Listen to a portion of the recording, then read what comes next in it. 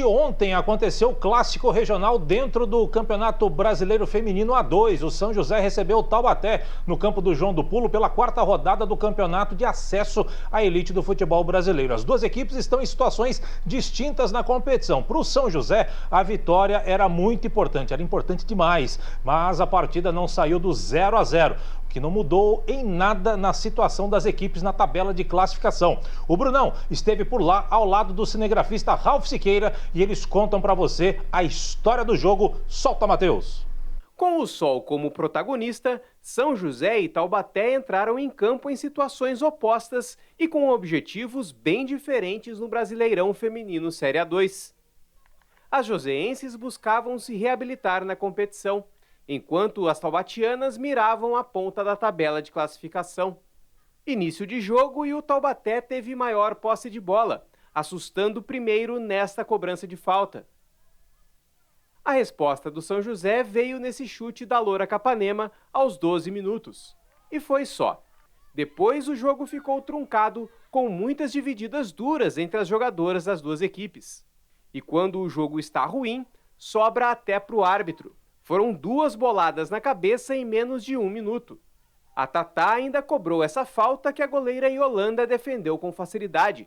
Os lances mais perigosos aconteceram no finalzinho do primeiro tempo. Primeiro com o Taubaté.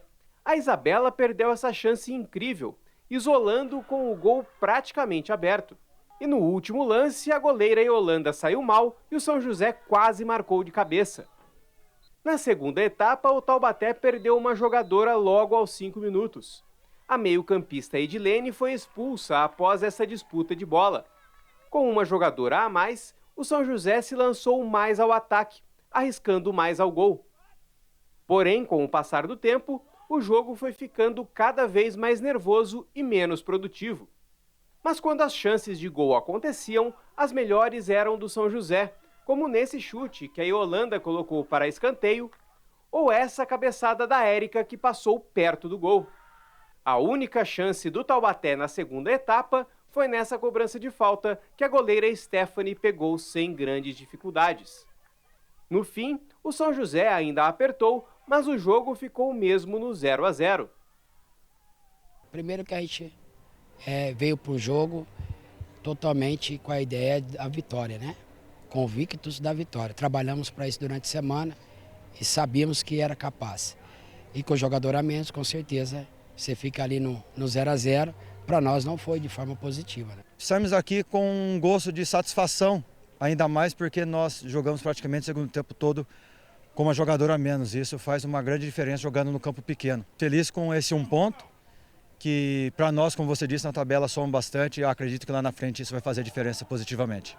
No saldo do clássico, melhor para as taubatianas, que com um ponto conquistado fora de casa, mantiveram o time no G4 da competição. Para as joseenses, o ponto somado deixa a equipe brigando ainda por uma vaga de classificação.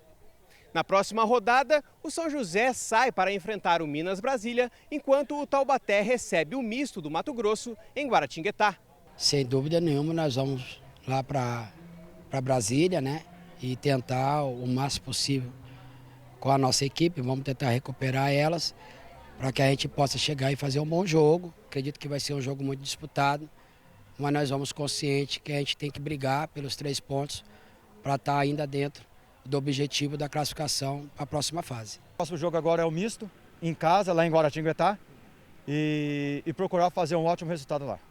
Agora sanar a dificuldade de não ter a Lene, né? Então é uma jogadora versátil, importante para nós dentro do campo, com a liderança dela também. E agora é tentar sanar isso da melhor forma possível.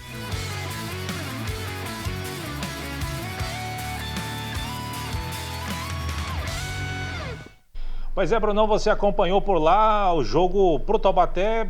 Praticamente, o Taubaté ficou bom, né? Tá jogando fora de casa, conquistou aí 1 pontinho, agora pro São José ficou ruim, né? O São José continua fora da zona de classificação. O Taubaté acho que acabou perdendo uma posição só porque o Atlético Paranaense venceu, então mudou, né? O Taubaté estava em segundo, caiu para terceiro, se eu não me engano, mas, enfim, pro Taubaté continuou no G4, o Taubaté foi importante esse ponto conquistado fora de casa. Já pro São José, o São José vem de derrota contra o misto em casa, então o São José de 6 pontos, né, 2 jogos seguidos em casa, ganhou apenas 1.